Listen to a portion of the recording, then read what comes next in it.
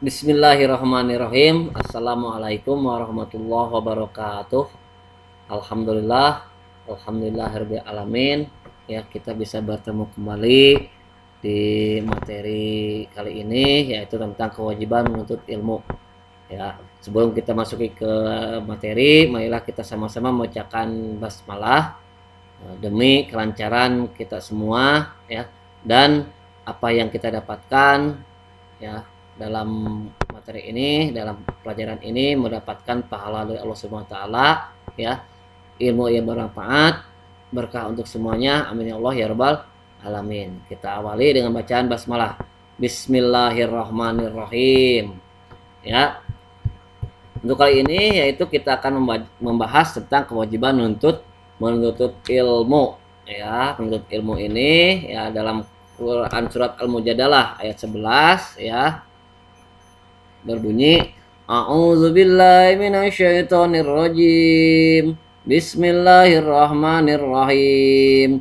Ya ayyuhallazina amanu idza qila lakum tafassahu fil majalisi fafsahu yafsahillahu lakum fafsahu yafsahillahu lakum wa idza qila ansyuzu fanshuzu yarfa'illahu allazina amanu minkum wallazina utul ilma darajat wallahu bima ta'maluna khabir. Shadaqallahul azim. Yang artinya, hai orang-orang yang beriman, apabila dikatakan kepadamu berlapang-lapanglah dalam majelis, maka lapangkanlah, niscaya Allah akan memberi kelapangan untukmu. Dan apabila dikatakan berdirilah kamu, maka berdirilah, niscaya Allah akan meninggikan orang-orang yang beriman di antara kamu dan orang-orang yang diberi ilmu pengetahuan beberapa derajat. Dan Allah Maha mengetahui apa yang kamu kerjakan. Quran surat Al-Mujadalah ayat 11, ya. Kewajiban menuntut ilmu ini kandungannya, ya, dari ayat tersebut, ya, Allah memerintahkan manusia untuk menuntut ilmu, ya. Nah, Allah berjanji akan mengangkat derajat manusia dengan 3 syarat, yaitu beriman, berilmu, dan beramal soleh. Itu kandungan dari surat Al-Mujadalah ayat 11. Ya, bagaimana tentang hadis tentang menuntut ilmu? Ya, di sini ada, ya, dikatakan oleh Anas ibnu Malik, ya, Anas ibnu Malik qala Rasulullah sallallahu alaihi wasallam talabul ilmi faridatun ala kulli muslim. Ya, rawu Ibnu Majah.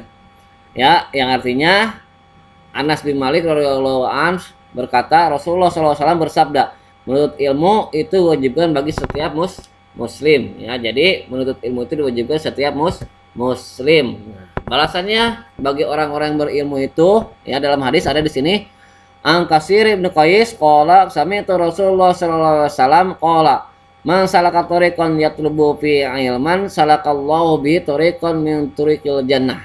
Ya, rawu Abu Dawud. Artinya, Kasir bin Qais berkata, aku mendengar Rasulullah SAW bersabda, barang siapa menempuh perjalanan untuk mencari ilmu, maka Allah akan memudahkan baginya jalan dari jalan-jalan surga.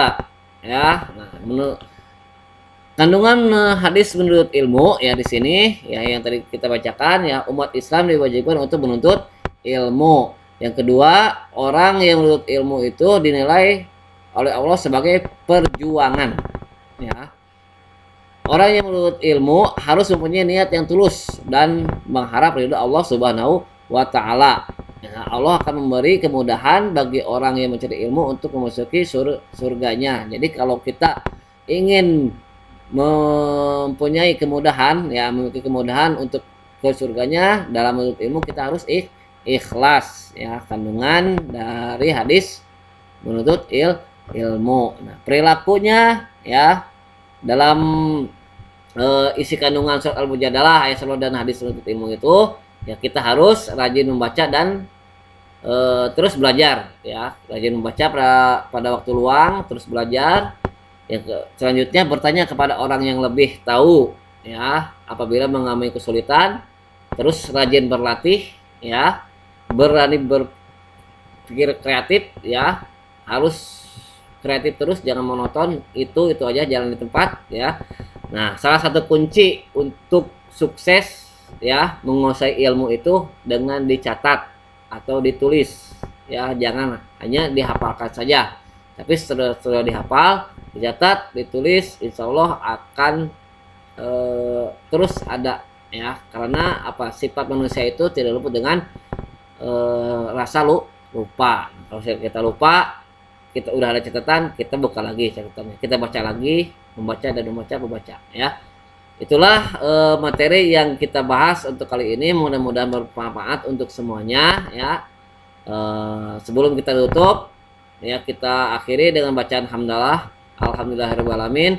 Kita ketemu di pertemuan selanjutnya ya. Akhirul kalam, assalamualaikum warahmatullahi wabarakatuh.